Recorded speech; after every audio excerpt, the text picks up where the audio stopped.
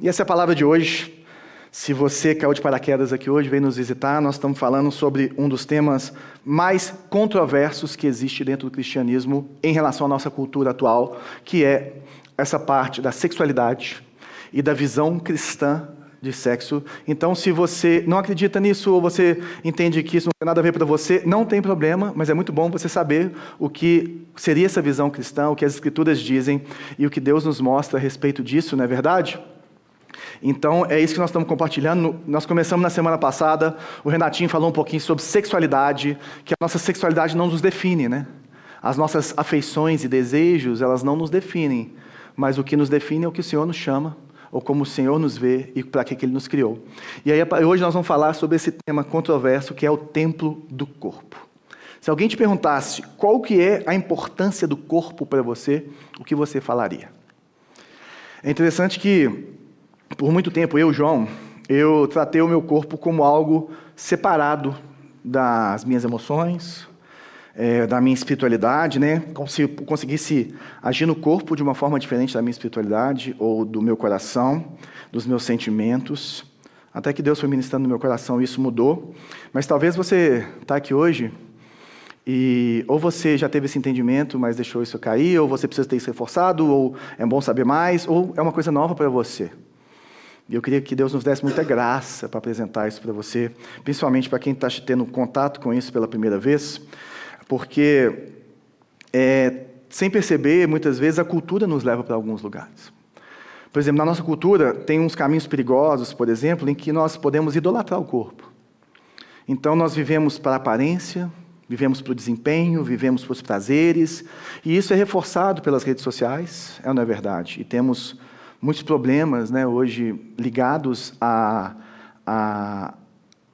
perfeição que as redes sociais passam, que não existem na vida real, e também pelos padrões de beleza que são colocados, e muitas vezes eles não vão se encaixar com o seu estereótipo, com algumas coisas que você vai viver. E, por outro lado, também tem gente que simplesmente banaliza, tratando o corpo como algo descartável. Então, em vez de idolatrar, descarta. Então, é um objeto que você usa, que está aí, uma casca que você tem, e que o que você faz com o seu corpo também não tem consequência. Né? Aquele velho meu corpo, minhas regras. E o que eu queria trazer para a gente hoje é um entendimento que a Bíblia nos caminha, ou nos convida, para um caminho completamente diferente de como nós devemos tratar o nosso corpo. E tanto nessa semana, quanto na semana que vem, e eu te chamo a participar aqui com a semana que vem, nós vamos estacionar num texto que está em 1 Coríntios, no capítulo 6. E hoje eu vou pegar 3 versículos, mas na semana que vem nós vamos abrir isso um pouco mais na exposição, que Paulo fala sobre essa questão do corpo ligado à sexualidade, claro. E ele fala o seguinte: fujam da imoralidade sexual, nenhum outro pecado afeta o corpo como esse, pois a imoralidade sexual é um pecado contra o próprio corpo. Vocês não sabem que seu corpo é o templo do Espírito Santo, que habita em vocês e lhes foi dado por Deus? Vocês não pertencem a si mesmos, pois foram comprados por alto preço, portanto, honrem a Deus com o seu corpo. Bem, é importante a gente entender em qual contexto que isso foi escrito. Porque às vezes a gente olha para a Bíblia e fala assim, isso era muito fácil naquela época. Mas ele está falando para a igreja de Corinto, e a igreja de Corinto foi fundada pelo próprio Paulo, ele que evangelizou aquele povo. E ele fica ali cerca de 1 ano. E logo depois ele vai para Éfeso, onde ele passa 2 anos e tem a escola de Tirano, onde toda a Ásia é evangelizada. E aquele povo que ficou ali, aquele povo converte. E aí começa a ter relacionamento com Jesus e começa a ter um monte de dúvida, como que vive para Jesus, não é verdade? E eles mandam uma carta para Paulo, com várias perguntas. E essa carta de 1 aos Coríntios são respostas a essas perguntas que eles fazem. Né? Então ele fala, por exemplo, no capítulo 7, ele vai falar assim, a respeito daquelas perguntas e tal, está aqui, o homem deve ter uma só mulher e pá. Então, dentro dessas respostas que Paulo traz, existem pessoas sedentas por Deus para saber assim, e agora, cara, eu sou solteiro, o que eu faço? Só que é interessante a gente entender que Corinto era uma cidade grande, uma cidade portuária.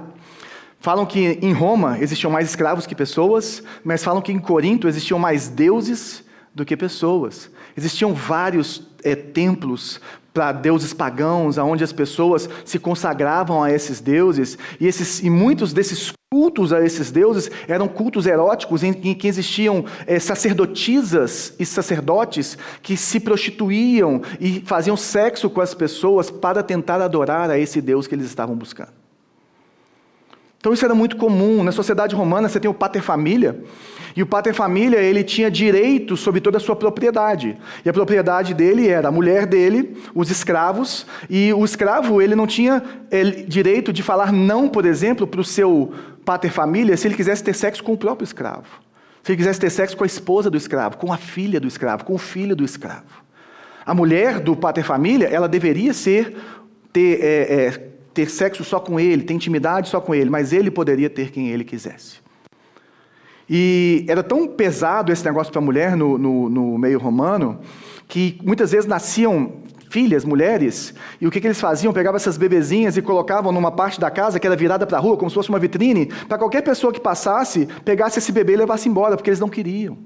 Eles não queriam descendentes mulheres, eles preferiam deixar a sua herança para um bom escravo, que eram pessoas letradas e bacanas, do que para uma mulher. Essa era a cultura romana. E o que os cristãos começam a fazer? Eles começam a pegar essas crianças e tomar conta delas.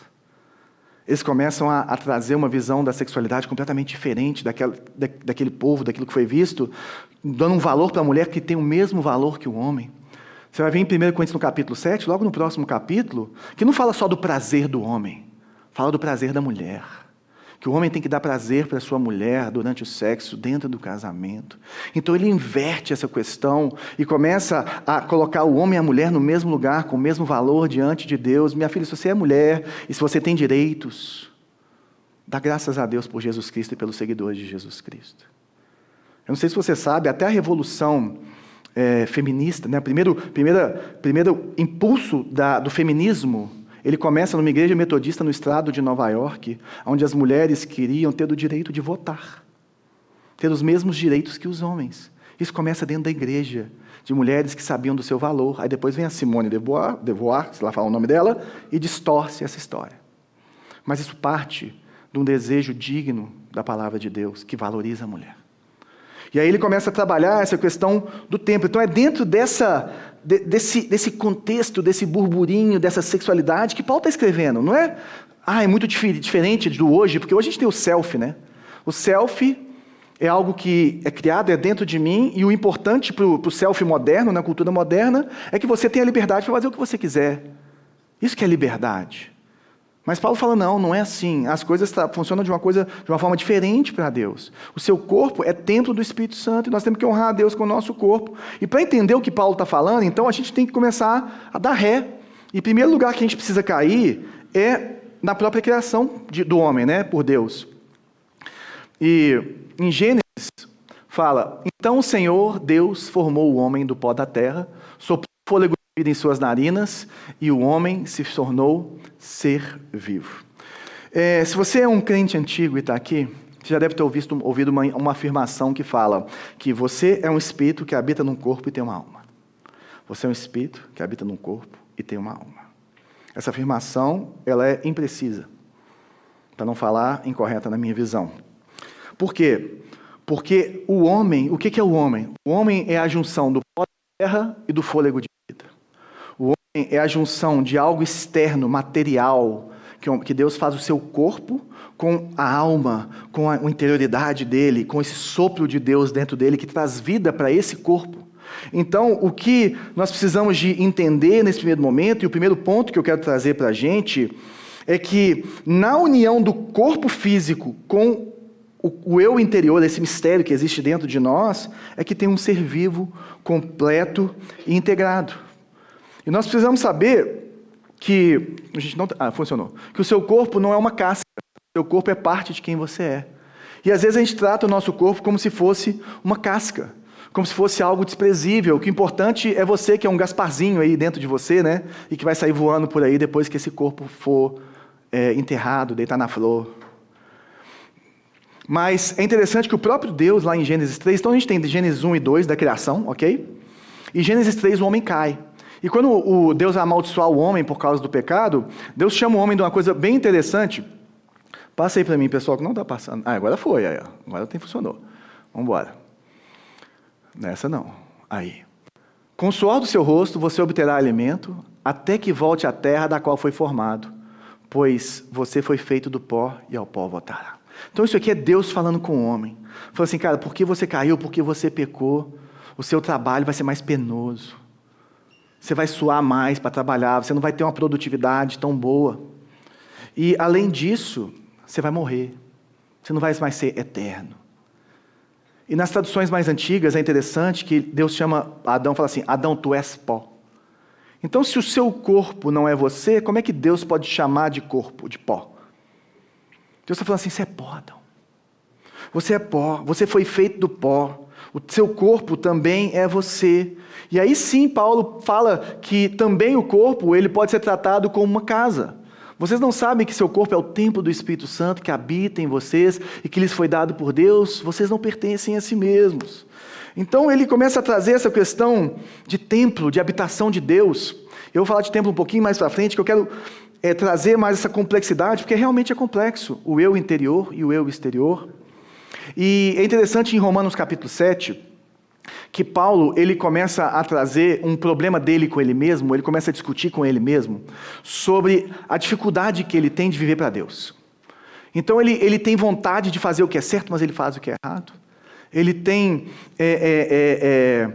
vontade de acertar, mas ele erra. Então, no meio de Romanos 7, ele fala isso, ele fala, eu sei que em mim, isto é, na minha natureza humana, não há nada de bom, eu quero fazer o que é certo, mas não consigo, quero fazer o bem, mas não o faço, não quero fazer o que é errado, mas ainda assim o faço. Então, se faço o que não quero, na verdade, não sou eu que o faço, mas o pecado que habita em mim. Você está vendo aqui que Paulo, você pode olhar para o que Paulo está falando e falar assim, mas Paulo está falando que existe uma distância entre o eu interior e o eu exterior.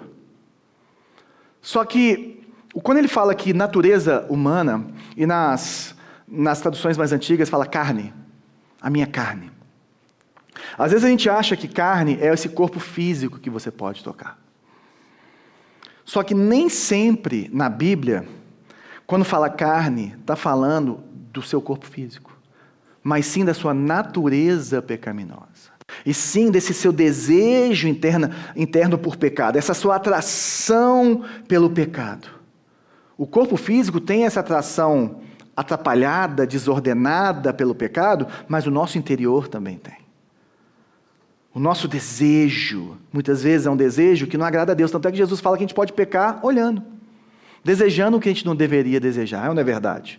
Então a gente tem que ver que tanto o físico quanto o interior, quanto o espírito, a alma, eles formam um todo que tem uma natureza pecaminosa em nós e que eu quero chamar aqui de interioridade e exterioridade.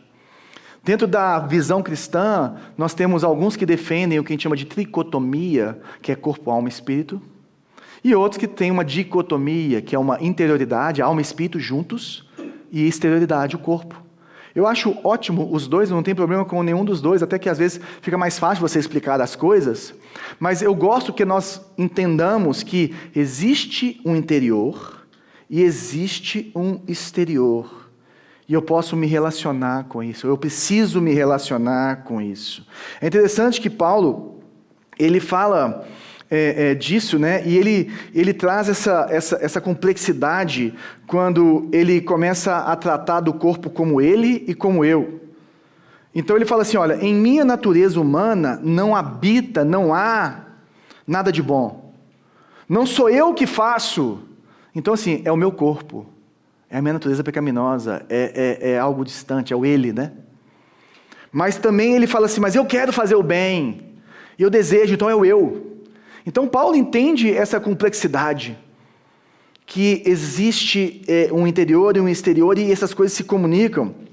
E é interessante que na segunda carta aos Coríntios, no capítulo 4, Paulo vai falar desse tesouro em vaso de barro, que é a presença de Deus, e ele começa a falar depois que existem perseguições. E dentro dessas perseguições que ele vivia, inclusive levando à morte, ele poderia ser açoitado. Então esse corpo exterior poderia ser machucado, né? Ferido, envelhecer. Só que ele fala que o interior dele está renovando. Então ele trabalha essa questão. Olha que interessante. Passei para mim, deu.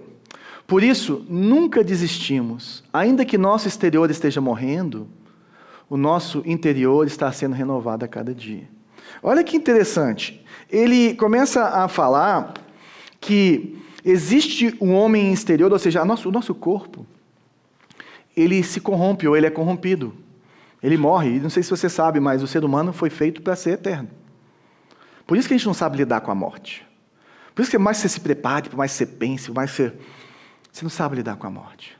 E é interessante porque você vê um corpo sem espírito, é a coisa mais louca do mundo, né? Uma coisa é você ver uma pessoa deitada dormindo. Agora, quando ela está morta, você passa mal. Porque um corpo sem espírito é completamente diferente. E o que Paulo está trazendo é esse lugar em que esse corpo aqui, a regeneração dele acontece depois. É o corpo glorificado. É o corpo com que Jesus renasceu nele, né? ou ressuscitou nele, melhor falando. Ele é um corpo que nós vamos ressuscitar com ele, é um corpo que é eterno, que não perece, mas esse corpo perece. Então ele começa a falar assim, olha, o pecado me afeta por fora, mas o meu interior vai sendo renovado. Eu posso sofrer por fora, eu posso ficar velho, eu posso até morrer, mas o meu homem interior, quando eu estou ligado com Deus, ele vai se vivificando, ele vai amadurecendo, ele vai crescendo em Deus. Na linguagem bíblica, ele fala que a lei do pecado e da morte atua no homem exterior, mas a lei do espírito e da vida atua no homem interior. Então ele traz essa complexidade, e a tradução mais antiga, ao meio da revista atualizada, ele fala assim, olha, mesmo que o homem exterior se corrompa, contudo, o homem interior se renova a cada dia. Então é um conceito bem interessante para que a gente possa entender e possa ver que existe uma complexidade, e essa complexidade, ela pode ser definida como dualismo. Não sei se já ouviu essa expressão. E dualismo é você tratar o seu interior e o seu exterior como duas peças separadas. Como se não houvesse conexão entre o João espiritual, o João alma e espírito, e o João carnal, o João corpo. E o dualismo, então, são duas coisas que não se conectam, são desconectadas. Mas a visão cristã é diferente, a visão cristã é de dualidade. E dualidade quer dizer duas faces da mesma moeda. Dualidade quer dizer que eu posso pegar uma folha e dobrar, e às vezes pode parecer que são duas folhas, mas na verdade são dois lados de uma mesma folha. Então nós temos o interior e o exterior, e eles estão conectados. Então o homem exterior é o seu corpo, a parte visível de você. E o homem interior é seu coração, seus pensamentos, a sua alma, a parte invisível. Tem um mistério, né? A respeito disso. Mas é interessante que você consegue tratar o interior sem tratar o exterior, mas isso vai reverberar no exterior. Você consegue trabalhar muito o exterior sem tratar o interior, só que o que acontece muitas vezes no corpo, reverbera no coração. Né? A depressão, por exemplo, ela pode se tornar algo físico em você. Se você tem uma descarga muito grande de adrenalina ou um estresse muito grande, você pode acordar no outro dia como se um caminhão tivesse te atropelado, como se você tivesse malhado, né, com um top do CrossFit e você não faz nada.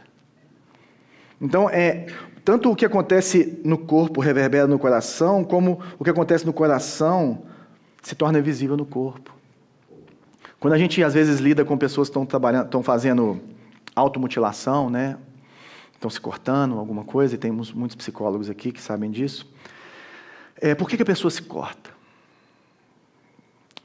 E ela se corta porque existe uma dor tão grande na alma dela que ela precisa tornar isso físico. Ela precisa ver aquilo, porque a dor na alma é intangível. Então ela começa a se machucar para ver se ela consegue ver aquela ferida e lidar com aquela ferida. E é isso que eu estou tentando ensinar para a gente, eu mostrar para a gente, a Bíblia já mostra isso há muito tempo.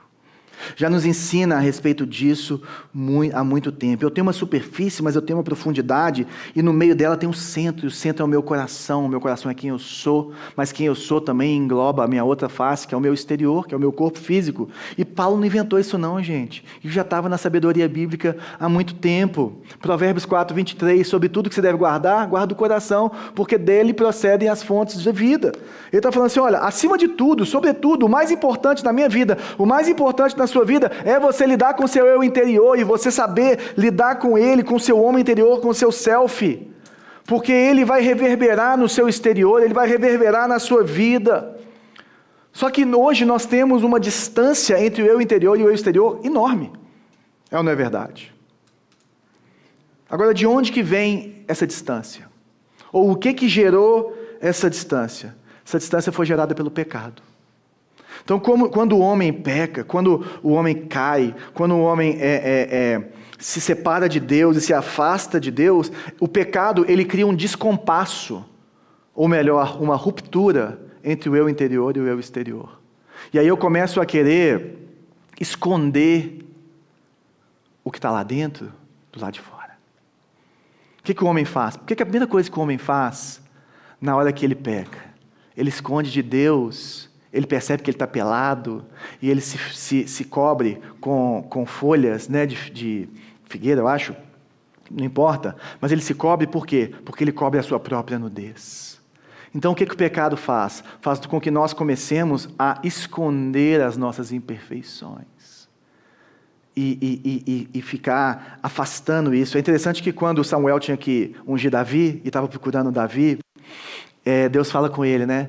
O Senhor, porém, disse a Samuel, não o julgue pela aparência, nem pela altura, pois eu o rejeitei. O Senhor não vê as coisas como o ser humano as vê. As pessoas julgam pela aparência exterior, mas o Senhor olha para o coração. Olha como é que está muito claro aqui, no começo ali, né, no último profeta, antes dos reis, Samuel, que era sacerdote e profeta, essa separação do eu interior com o eu exterior, ou lidando com a interioridade e com a exterioridade. Então, o que a gente precisa ver é que essa distância do eu interior com o eu exterior foi criada pelo pecado e nós temos que lidar com isso. E é isso que Paulo está falando, mesmo convertido. Paulo em Romanos 7, no texto que a gente leu, ele fala assim, cara, existe um desejo dentro de mim de fazer o bem, mas na hora que eu vejo, eu já trupiquei no meu pecado. Eu já desejei a coisa errada, eu já toquei no trem errado, eu já fiz a coisa errada. Existe uma distância, um velho homem dentro de mim que luta com esse novo homem. Existe um atraso entre essas duas coisas, elas não estão conectadas como elas deveriam estar ou como elas eram. E quando eu às vezes trato do meu corpo exterior, eu às vezes esqueço de tratar do corpo interior, do homem interior. E às vezes eu trato do homem interior e fico desleixado com o homem exterior, e eu vejo as coisas como elas fossem separadas.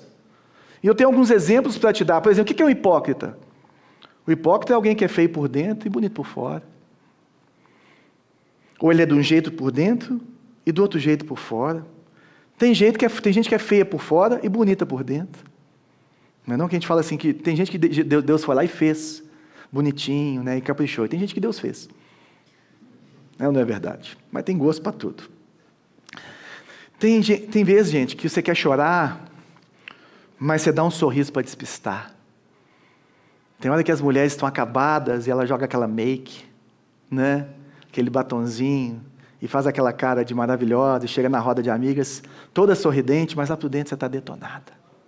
Teve uma vez que eu estava fazendo aula de canto, e era uma aula em grupo, né? 4 pessoas, a gente fazia ali os exercícios, e chegou uma mulher para repor uma aula na nossa aula. Na hora que ela entrou, Deus falou comigo. E quando Deus fala, é fogo, né, gente? Aí Deus falou comigo assim, essa mulher está toda... Sabe aquela mulher que chega assim, e aí, gente, tudo bem? E aí, como é que tá? Prazer, não sei o quê.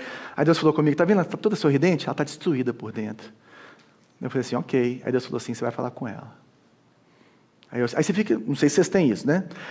Eu tenho isso. Eu fico assim, esse sou eu ou é Deus?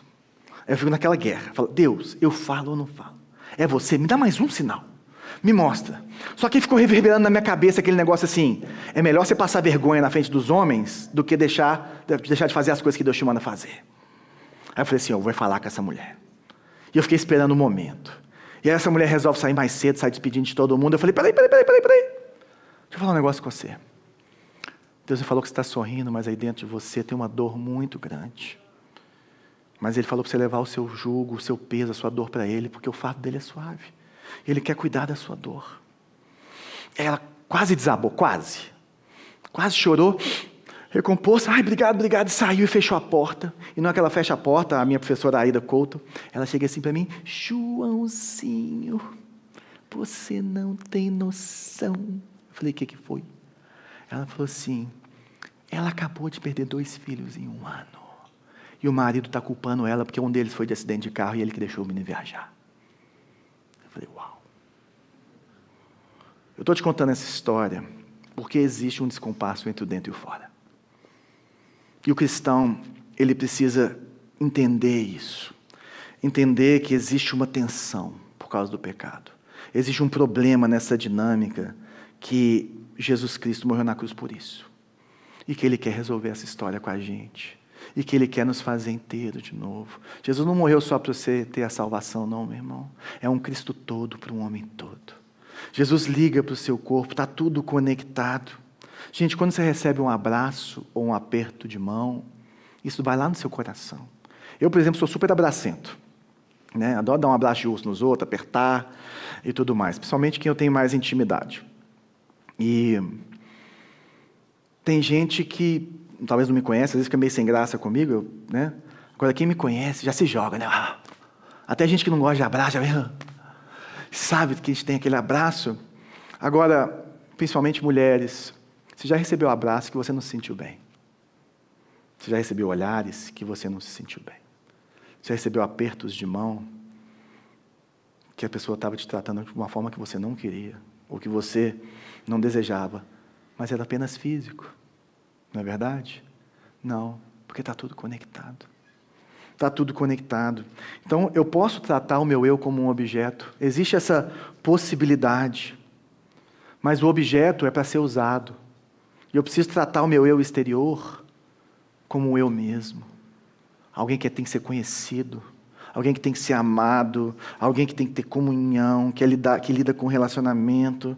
E a nossa relação com o nosso corpo não pode ser separada entre interior e exterior. A gente tem que tratar os dois, por mais que existam horas que você vai trabalhar mais o interior do que o exterior. Independente do que você está vivendo. Qual que é o fim dessa história, gente?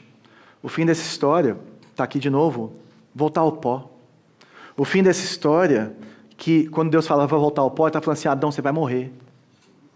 O final dessa história é que a morte. O que é a morte?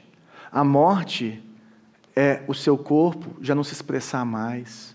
A morte é o fim de uma história para muitos, né? A morte é uma pessoa que não sorri mais, que não consegue se expressar mais. Então a ruptura do pecado, ela nos leva até a morte. Então tudo que promove a independência do eu exterior com o eu interior, para um cristão, deve ser afastado. Deve ser evitado. Qualquer relação que separe a minha alma do meu corpo, ou que faça distinção disso, precisa ser rejeitada. E aí sim nós podemos voltar lá para 1 Coríntios capítulo 6 e ligar isso com a impureza sexual. Paulo fala, fujam da imoralidade sexual, nenhum outro pecado afeta o corpo como esse, pois a imoralidade sexual é um pecado contra o próprio corpo. Olha o que ele está falando, gente, presta atenção. Ele está falando que existe uma forma de você tratar a sua sexualidade, ou exercitar, né, a sexualidade, que é uma forma de você ir contra o seu próprio corpo, você fazer um mal a você se machuca. É isso que ele está falando. Então a impureza sexual, ela traz dentro de si um desprezo, por mais que a gente não saiba disso, um desprezo de mim comigo mesmo e com o outro. A impureza sexual, ela nos leva a tratar o outro como objeto. Então, quando a gente faz o evangelismo na Guaicurus, e quase todo mundo que sabe disso, a gente vai lá na Guaicurus e falar do amor de Jesus para as prostitutas, uma das coisas que a gente faz é abraçar aquelas mulheres com um abraço que ela vai sentir no coração de amor e de gente, e não num pedaço de carne que eu quero devorar. E que talvez tenha muito tempo, ou muitos anos, que ela não recebe esse tipo de abraço. A impureza sexual, gente, é o pecado do homem contra si mesmo. É uma contradição, é uma desonra do próprio corpo. Sabe, é deixar de tratar seu corpo como santuário de Deus. E para entender isso, antes de explicar o que é imoralidade sexual ou impureza sexual, a gente tem que passar rapidamente pelo qual que é o propósito do sexo na Bíblia. Semana que vem você vem aqui e nós vamos aprofundar só sobre sexo. Conversa sobre sexo e Bíblia. Mas hoje eu só preciso definir isso. O propósito bíblico do sexo é entregar-se por inteiro para a vida toda. O propósito do sexo na Bíblia é uma aliança. é que depois de você se desnudar em todas as áreas da sua vida, seus sonhos, seus planos, suas finanças, você faz uma aliança com aquela pessoa diante de Deus, e a partir dali vocês caminham juntos e celebram essa aliança por meio do sexo. É a coisa mais íntima e mais vulnerável que o ser humano pode ter. Ah, mas eu faço com muita gente e não sinto nada, porque o pecado, ele bloqueia o nosso coração. Mas eu tenho certeza que quando você começou a viver a sua sexualidade, você sentiu. Você sofreu, você teve que lidar com isso. Só que o nosso coração vai petrificando, e aí a gente cria uma distância entre o eu interior com o eu exterior, e começa a lidar com isso como se fosse normal. Mas não é normal, pelo menos para Deus. Pelo menos para Deus não é normal. E aí sim, o que é impureza sexual? Porque tem gente que fala que impureza sexual é traição. É você ter relação com uma outra pessoa. Isso está incluído em impureza sexual. Só que se você olhar, e o Novo Testamento foi todo escrito em grego, e se você é daquelas pessoas que gostam de olhar o original, você vai ver que a palavra traição não é essa palavra que foi usada aqui. Tem outra palavra. A palavra que é usada aqui, ela se chama porneia. E porneia, ela é usada em todos os lugares, e ela engloba qualquer tipo de relação sexual fora da aliança do casamento entre um homem e uma mulher. É isso que a Bíblia nos ensina. Você pode discordar, você pode ter a sua própria verdade, e está tudo bem, meu irmão. Mas se você quer saber a visão cristã a respeito disso, é que qualquer coisa fora do casamento é porneia. E Paulo fala que a prática da porneia, ela afeta o nosso corpo como nenhum outro pecado. Olha onde ele coloca esse negócio, gente. Nenhum outro pecado afeta o seu corpo dessa forma. Não existe sexo sem o corpo, não é verdade? Até sexo pela internet. Tem alguém se tocando, fazendo justiça própria. É ou não é verdade? Até sexo à distância, existe toque. Não existe sexo à parte do corpo, mas Paulo está falando que não é só a parte do corpo, é a parte da alma. É a parte da sua interioridade. E à medida que nós vamos pecando e continuando a pecar, o que acontece? O nosso eu interior ele vai se distanciando do eu exterior e nós começamos a ficar perdidos em nossa sexualidade. Perdidos nisso. Com coração de pedra, como eu falei. E perdemos essa vulnerabilidade linda que existe no se entregar um ao outro. Sexo é a melhor forma de você falar para alguém: eu pertenço única e exclusivamente a você. É a melhor forma de você falar assim: eu sou só teu. E é por isso, e foi para isso que Deus criou. E por isso que Paulo fala de uma forma bem clara: fujam da imoralidade sexual. Porque se você quiser ficar andando em cima do muro em relação à imoralidade sexual, você vai cair. Porque você é feito de carne. Porque você tem uma natureza pecaminosa. E você pode ser a pessoa mais crente do mundo. Você pode estar cheio do Espírito Santo. Se você começar a alimentar isso, você vai cair, meu irmão. Você vai cair. Você tem que alimentar o seu espírito. E tem um texto mais claro sobre isso, é o último texto que eu quero passar, antes da gente fechar nesses últimos textos aqui, que está lá em 1 Tessalonicenses, no capítulo 4. E a igreja de Tessalônica é uma igreja interessante, porque essa igreja é uma igreja que Paulo elogia. É uma igreja que, no começo desse capítulo 4, Paulo fala: cara, vocês estão indo bem pra caramba, vocês estão voando com Jesus, mas deixa eu dar um toque em vocês. O contexto de 1 Tessalonicenses é muito legal, porque ele fala da volta de Jesus, né? E aí o pessoal vai e para de trabalhar, para de casar, para de fazer as coisas, e tem que escrever 2 Tessalonicenses para falar assim: gente, não é assim que você lida com a volta de Jesus, calma. Mas isso é para outro dia. E ele fala assim, 4:3, a vontade de Deus é que vocês vivam em santidade, por isso mantenham-se afastados de todo tipo de pecado sexual, ou imoralidade sexual, ou porneia. Mantenham-se afastados. O que é santidade? Isso é importante. Santidade é uma vida dedicada a Deus. É uma vida que você quer agradar a Deus com a sua vida. E ele está falando assim, não é só com o que você fala, com como você lida com o seu dinheiro, com como você lida com as coisas, é como você lida com o seu corpo. Você precisa viver a santidade no seu corpo, porque existe uma porneia, e quem pratica porneia não está com uma vida 100% dedicada a Deus. E aí ele continua falando, cada um deve aprender a controlar o próprio corpo, e assim viver em santidade e honra, não em paixões sensuais, como gentios que não conhecem a Deus. Paixões sensuais, ou seja, você viver pelos seus impulsos e pelos seus desejos. Você tem vontade de fazer sexo, que bom, meu irmão. Deus te criou com essa vontade. Entendeu? Agora tem uma forma de Deus para você fazer isso. E sabe qual que é o problema? Eu vou te contar qual que é o problema. A maioria aqui não é casado, né? De noite a maioria é solteiro. Vou te contar uma coisa que você não sabe. Quando você é solteiro, você fica lutando para não transar. Depois que você casa, você fica lutando para transar. Tá entendendo? Então você vai estar sempre lutando, meu irmão. Porque quem é casado fica lutando para ter mais sexo. E a Bíblia fala, antes de casar, não faz. Depois de casar, faz e faz muito, meu filho. Se aproveita, se joga, se delicia. Deus criou o sexo. E a sexualidade cristã ela é tão linda, que eu não sei se você sabe, mas um muçulmano radical, ele corta posso estar falando errado aqui para os médicos, mas como se ele tirasse o clítoris da mulher. As mulheres muçulmanas não podem ter prazer. Então toma cuidado quando você defende esse tipo de coisa, tá? Sabe o que eles fazem? Eles pegam uma bebezinha de 2 anos, e às vezes, eu estive na África, eu vi isso, Guiné-Bissau. Pega um pedaço, uma faca, esquenta ela, enfia lá e rasga. E a gente estava na base da Jocum, e tinha uma mulher que por muitos anos já era cristã, convertida do islamismo. E a menina dela tinha 3 anos, uma moreninha, linda, linda, linda. Tem umas fotos dela até hoje, queria ver ela hoje, deve ter uns 20 anos.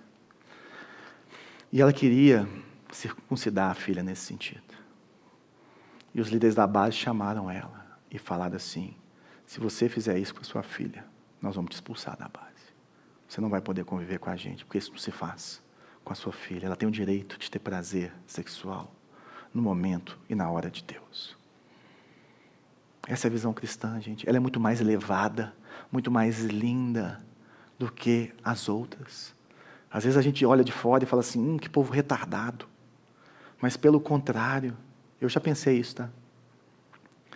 Ela coloca o sexo numa prateleira que nenhuma cultura desse mundo coloca. Numa vulnerabilidade, num lugar que ninguém consegue colocar, só o próprio Deus. Porque o próprio Deus falou que o sexo se assemelha ao relacionamento de Jesus com a sua igreja. Com a aliança de Jesus com a sua igreja. Aí ele fala, cara, vocês não têm que andar como os gentios que não conhecem a Deus. O que ele está falando? Ele falou assim, gente, se você não conhece Jesus, se você não entregou sua vida para Jesus, se você não tem o Espírito Santo de Deus, isso é papo de doido. E é mesmo. Isso precisa ser uma revelação de Deus, e as pessoas que não conhecem a Deus, elas vão ter o padrão delas, e está tudo bem, a gente não tem que medir e fazer isso por aí, a nossa medida é outra. Só que ele fala, nós precisamos aprender a controlar o próprio corpo, mesmo se você for a irmã do coque. Irmã do coque, para quem não conhece, é aquelas mulheres cheias de Deus. A irmã do coque, da saia, assembleiana, você tem que aprender a controlar seu próprio corpo. Você tem que aprender a lidar com seus impulsos sexuais. Graças a Deus, gente, porque, de forma geral, os jovens que crescem com a gente e que a gente faz o curso de noivos, grande, esmagadora maioria deles estão lutando para casarem em santidade. Quem dá o curso de noivos aqui ficou horrorizado com como chega homem e mulher virgem para fazer o curso de membros, ou como chega gente que já teve relações, mas que escolheu parar de ter esse tipo de relação até o casamento e encarar essa história. Adultos, pessoas às vezes que já moram juntas há muitos anos e se afastam no corpo para fazer aquilo que só Deus espera que eles façam. É isso que Deus tem feito no nosso meio, meu irmão. É isso que Deus faz no meio do povo dele. Então a gente precisa aprender a controlar isso. Não é natural, não. Isso é sobrenatural, isso é uma escolha, e isso honra a Deus. E ele continua. Passa aí, Dani, não está passando aqui? Por favor. Aí. Não, voltam aí. Nesse assunto, não prejudiquem nem enganem o irmão, pois o Senhor punirá todas essas práticas, como já os advertimos solenemente. É interessante que às vezes a gente fala assim, meu corpo, minhas regras, mas não é só sobre você, é sobre o próximo. E Jesus falou, você tem que amar a Deus e o próximo, não é verdade? Então, a partir do momento que você faz sexo com outra pessoa, você também está pecando contra aquela pessoa. Você também está errando com aquela pessoa. Quando a gente tem uma palavra que é usada aqui nas linguagens mais antigas, que é defraudar. O que é defraudar? Defraudar é você gerar uma expectativa que não pode ser suprida. Então, você gerar no outro uma expectativa que você não vai suprir é defraudar. E Deus fala assim, nem isso você pode fazer, irmão. Você tem que se abster dessas coisas. Isso é desonrar o corpo. Isso não é amar o próximo. Isso não é tratar o outro como um irmão ou uma irmã em Cristo. Um filho de Deus. Passa o próximo aí para mim. Aí. Pois Deus não nos chamou para uma vida santa e não impura. Portanto, quem se recusa a viver de acordo com essas regras não desobedece a ensinamentos humanos, mas rejeita a Deus que lhes dá o Espírito Santo. É muito claro, né? Esse texto aqui é ensurdecedor. Só que essa consciência que Paulo traz aqui, ela precisa mudar a nossa forma de enxergar o outro. Eu não posso mais enxergar o outro como objeto que é para ser usado. Eu preciso enxergar o outro como uma pessoa imperfeita, caída, mas que tem valor em Deus, que é valorizada por Deus. Então, nós paramos de usar as pessoas e começamos a conhecê-las, a amá-las, a servi-las, a edificar a vida delas. Eu falo para os namorados, e muitas vezes os namorados começam a namorar e vêm conversar comigo, por ser o pastor deles, e eu falo assim, sabe qual que é o alvo do casamento, do namoro? O casamento. A partir do momento que você vai olhar para essa pessoa e falar assim, eu não caso com esse traste de jeito nenhum, está na hora de terminar. E outra coisa, que no final do namoro, seja no casamento ou seja terminando, que um possa falar do outro, essa pessoa me deixou mais parecida com Jesus. E não o contrário. É para isso que a gente namora. Então, a gente tem que ter esse cuidado, porque o que a gente faz no corpo impacta todo o nosso ser, impacta a nossa espiritualidade e impacta a nossa vida. João, é muito fácil você falar, mas é difícil de viver. Eu sei que é difícil de viver, meu irmão. Já estive nesse lugar. E ser casado também precisa de saber viver isso aqui. Porque você tem as suas tentações, os seus desejos. Então, João, como é que eu faço para viver isso? Eu lembro que no começo da minha caminhada cristã, não sei se você sabe, mas eu não venho de família evangélica, né? Por mais que hoje, pelo menos minha mãe se converteu, meu irmão é pastor também. Mas eu fui criado para ser um pregador, eu era esse tipo de pessoa. Meu nome estava na porta do forró de Belo Horizonte toda e tudo mais. E aí eu comecei a convertir, comecei a lidar com essa consciência do pecado. Então a primeira coisa que você precisa fazer, meu irmão, se você não acha que isso é verdade, que isso não é para você, pede para Deus te revelar isso. Deus, se isso é verdade, revele isso para mim. A primeira coisa que você precisa ter é consciência de que isso é pecado. Porque se isso não for pecado para você, você não vai lutar por isso. Agora, a segunda coisa, que depois que eu tive essa consciência, eu comecei a lutar com isso. E era muito difícil para mim. Muito difícil. Até que um dia eu ajoelhei e falei, Deus, eu não consigo. Deus, eu não consigo. Eu fui criado para ser um pecador. Fui criado para ser essa pessoa. E Deus foi mudando meu coração, e graças a Deus Ele colocou alguns irmãos queridos ao meu lado, que eu podia confessar meu pecado, que eu podia avançar naquilo que o Senhor tinha para mim. E graças a Deus eu comecei a namorar a Bela e tivemos um namoro dentro daquilo que Deus esperava, né?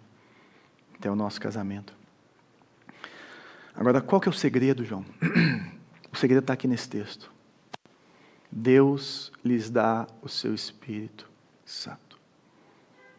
Você precisa se encher do Espírito Santo, meu irmão. Você precisa clamar a Deus. Você precisa pedir força para o Senhor, porque na sua força, meu filho, não vai funcionar. Você precisa buscar o Senhor, você precisa estar na comunhão da igreja, estar no meio de pessoas que acreditam e vivem dessa forma, que buscam isso, que têm vulnerabilidade. Nós temos pequenos grupos de namorados aqui, que é uma bênção, que eles ganham intimidade, começam a compartilhar a dificuldade de intimidade dessas coisas. Tem um pequeno grupo de gente que acabou de casar, e que é casada há pouco tempo, e começa a compartilhar essa situação toda. Outro dia me chamaram para um pequeno grupo de casados sem filhos, Lu, você podia ver As perguntas eram de sex shop para cima.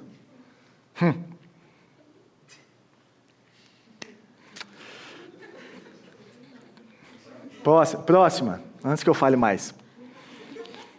Vocês não sabem que o seu corpo é templo do Espírito Santo que habita em vocês e lhes foi dado por Deus?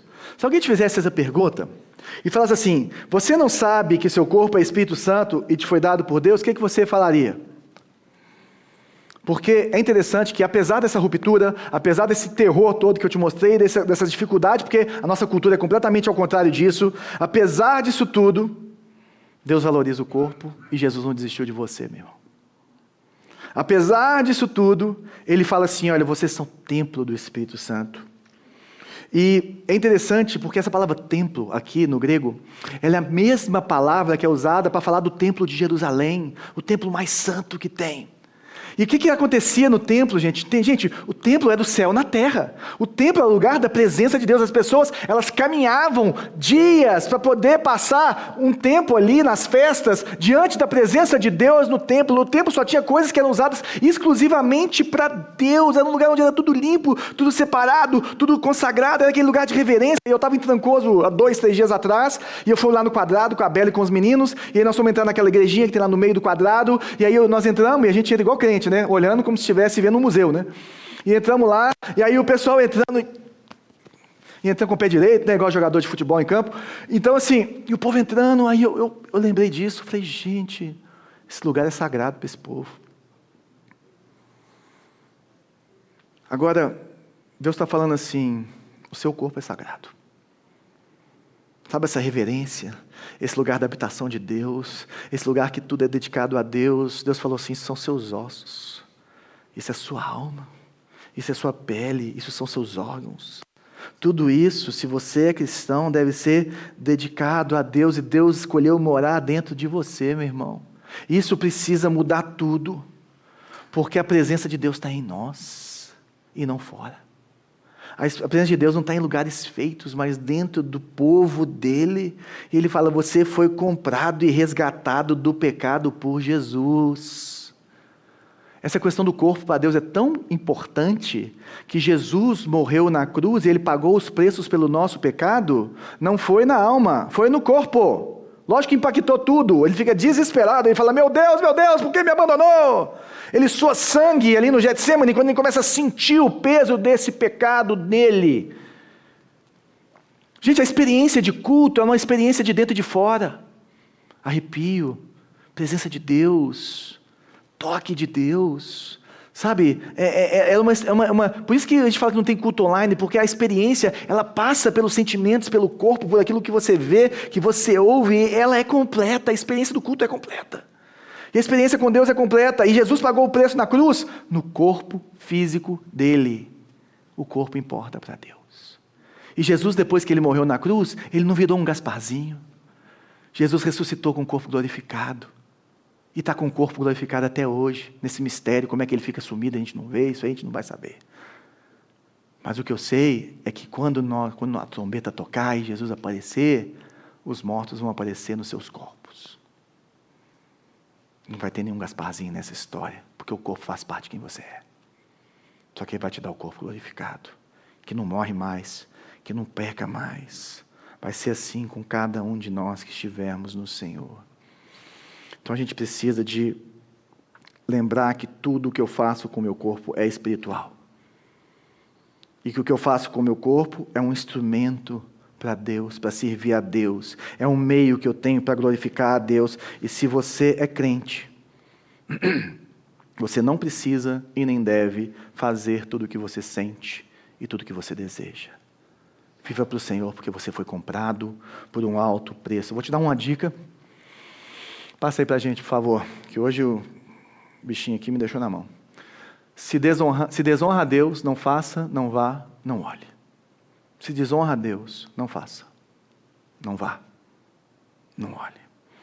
Honre a Deus com o seu corpo. Use a sua interioridade e a sua exterioridade para agradar a Deus, porque quando Jesus morreu na cruz, Ele morreu pelo seu corpo também, meu irmão. E para redimir Ele para você. Se você não é crente, está aqui hoje. Se você está vindo aqui pela primeira vez, dá mais uma chance para a gente. Volta aqui num dia que não for tão polêmico. Tá bom? Não vem semana que vem, porque nós vamos falar de sexo mais rasgado ainda. Ou vem e escuta tudo. Aí depois você volta e a gente vai falar de outras coisas. Jesus é muito mais do que isso. Mas eu queria te desafiar a fazer duas coisas. A primeira delas é falar assim: Deus, se isso é verdade, revela a mim. Você e Deus, não precisa nem de contar para o seu pai e para sua mãe. Nem para o seu namorado. Deus, se isso é verdade, me mostra que isso é verdade. Abre os meus olhos. Segundo ponto. Deus, se é só pelo Espírito Santo que eu consigo viver isso, e se o Senhor me ama dessa forma, ao ponto de morrer na cruz ao meu lugar, eu estou separado do Senhor, eu sou pecador, eu tenho maus desejos, transforma a minha vida. Entra no meu coração e muda a minha vida. Eu quero nascer de novo. Me dá uma vida nova. Agora, talvez você como cristão está aqui hoje e o que você precisa fazer é as pazes com o seu corpo. E fazer as pazes do seu corpo, talvez é parar de tratar ele como seu inimigo, ou como uma máquina, ou como seu próprio brinquedo, ou lugar de prazeres. E é a hora de você honrar a Deus com seu corpo. Talvez você precise começar a descansar um pouco mais. Talvez você precise começar a se alimentar melhor. Mas talvez você precisa só começar a dizer não para aquilo que fere o teu corpo e a tua espiritualidade. E eu tenho certeza que o seu homem interior e o seu homem exterior vão começar a caminhar para ficar mais pertinho do outro. E a viver aquilo que Deus tem para você. Então pensa o que você pode fazer ainda essa semana. Para que você possa tratar o seu corpo como parte integral de você e como templo do Espírito Santo. Imagina, gente, uma igreja onde os jovens crescem aprendendo que seus corpos são sagrados e levam isso a sério. Imagina uma igreja onde os casais vivem a intimidade como algo santo, como uma celebração da aliança, como a gente vai falar na semana que vem. Onde o toque é respeitado. Onde os olhos honram em vez de desonrar. E o desejo é tratado com responsabilidade. Ele não é negado, mas ele é tratado com responsabilidade. Isso é possível. Isso é possível não porque nós somos bons, ou porque nós conseguimos. Isso é possível porque nós fomos comprados por um alto preço e Deus nos deu o Espírito Santo. E é no poder do Espírito Santo que habita em nós, que nesse poder nós possamos viver juntos essa realidade como igreja. E eu tenho certeza que você não vai se arrepender disso para o resto da sua vida. Vamos lá. Senhor Jesus, obrigado pela sua palavra. Eu sei que essa questão do corpo, de sexo, mexe muito com a gente. São impulsos, são situações assim muito difíceis de lidar, hormônios e tudo mais, cultura. Mas eu sei que é sobrenatural, não é nada natural. É coisa que é sobrenatural e tem que ser discernida espiritualmente. Então eu oro para que os olhos sejam abertos nessa noite. Eu oro para que haja discernimento. Eu oro para que haja libertação de vícios da pornografia, vícios do sexo, para que o olhar do outro como objeto comece a ser com amor de um outro eu. O olhar para si, para o seu corpo como objeto, seja transformado para o eu que deve ser amado, guardado, templo do Espírito do Senhor, a casa de Deus, que somos nós. Pai, em nome de Jesus, eu oro por arrependimento e fé.